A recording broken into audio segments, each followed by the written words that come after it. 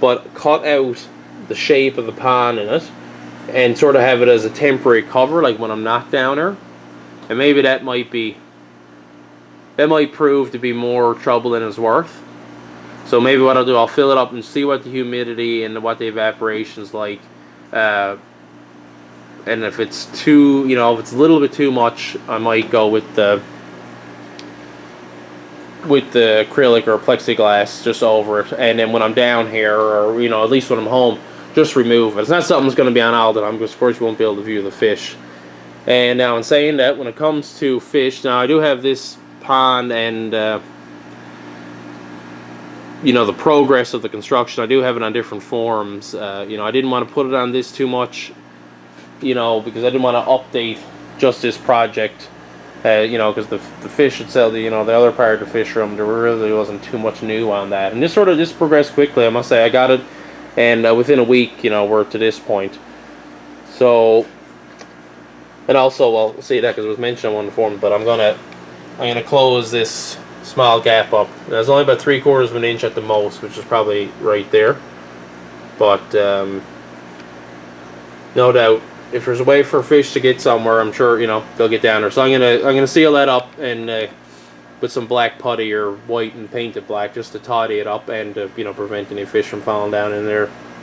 But again, like I said, now that I mentioned fish, that's another thing I've been polling on the forums. What to get. I thought about an arowana. It's something that I'd like to keep, certainly. But doing the research, I don't know. It seems like it might, even though it's 340 gallons, and it does have a large footprint, larger than most tanks, being so wide and long. It's 70 inches from here to there and 63 wide. So it's about 25 inches deep. So it's a large footprint, which is good. So there's lots of room to turn around. But even still, it seems as though it might still be a bit small for an arowana. And I want to do it right. I don't want, because when an arowana gets full grown, it's not easy to, find a proper home for it. And if this 300-gallon pond, the size of it is, that's not proper, then, I'd rather even not get it.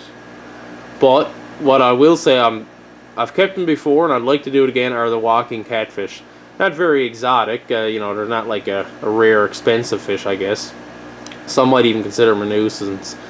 But the piebald, the molted catfish, walking catfish, sorry, I find they're pretty fun, active, hardy, and again, same with the arowana and those catfish. It's going to have to be, whatever fish goes in this, they're going to have to be a little bit easy to, view from above, of course, right? So I would say, well, I'm mentioning all these fish. I'm gonna heat it, of course. So it's not going to be a room temperature thing for cold water fish or whatnot. So it will be heated. But anyway, and I thought also about a small group of African butterfly fish. Now that would be, I think, if I did not go with the arowana, because I would suspect that even at full grown, if the African butterfly fish were full grown and the arowana was even half, I suspect they might become lunch, even maybe accidentally or deliberately. So still looking at, still pondering on it, and of course on the forums, I got lots of great feedback. But there are options. I do have a lot of options for a 300-gallon pond with this size footprint. But again, when it comes to viewing, like there are some nice cichlids that, like New World cichlids, that get bright colors and larger. But when when it comes to viewing them from above, it's not that great. So still taking suggestions. I'm opening. Certainly you can leave it in the comments in the video. I'm not that I'm set on the walking catfish, but I would like it, maybe a group of 5, who knows, 4 or 5 maybe, and who knows, they've been bred before in captivity, so I find I can't get anything without not giving an attempt to breed it. So we'll see about it. And I'd like to maybe even have a small school of some fish. Someone mentioned rainbows. Now, depending, of course, what I get in the size, I don't want to put in, snack-sized schoolers anyway. So, I don't know, some bright schooling fish.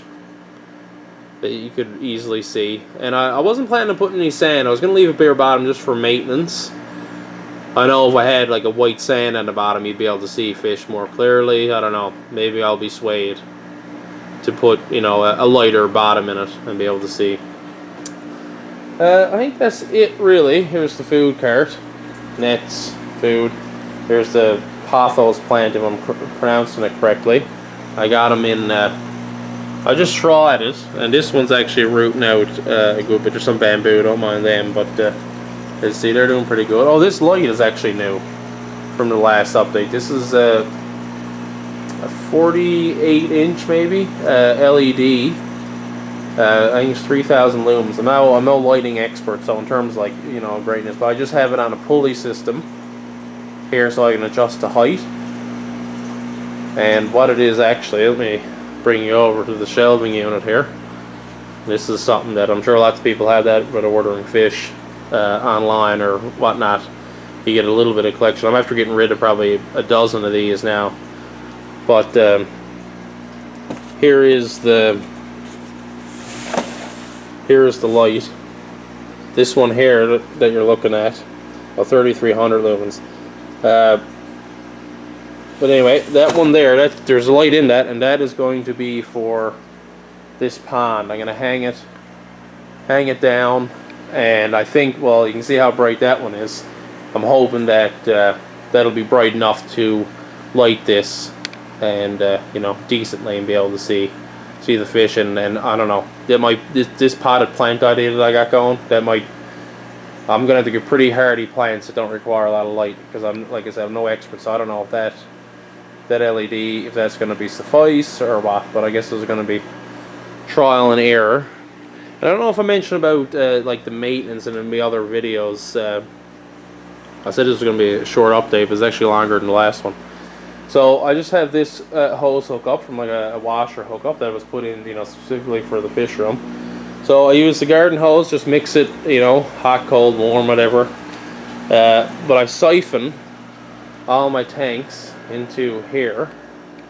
Oh, zooming in a bit too much. So I siphon them all from there, and I've actually just started using an old pond pump, like a fountain pump, to make it a bit quicker doing the bottom tanks. So siphoning these bottom ones, I mean, they're only off the ground probably 14 inches, so when I'm siphoning them, it takes, you know, it takes a little while to do all the bottom tanks. So I usually put the pond pump in there. There's all the hoses, all the mixed match of hoses, and drain them off right into there. And that pipe here, as you see, is for the ventilation unit here and for the dehumidifier. So I don't have to be dumping that out all the time. So I leave this continuously run. What's it right now? Yeah, 43. So it's still good. Like I said, this pond is not gonna help it, but we'll have to just play it by ear. But anyway, I think that's it for this short update that is actually longer than all the rest. But hopefully now, next update I give, I'm hoping that more fish have bred, certainly. These guys more specifically, because they're one of the 4 care species. And same with the goodyides.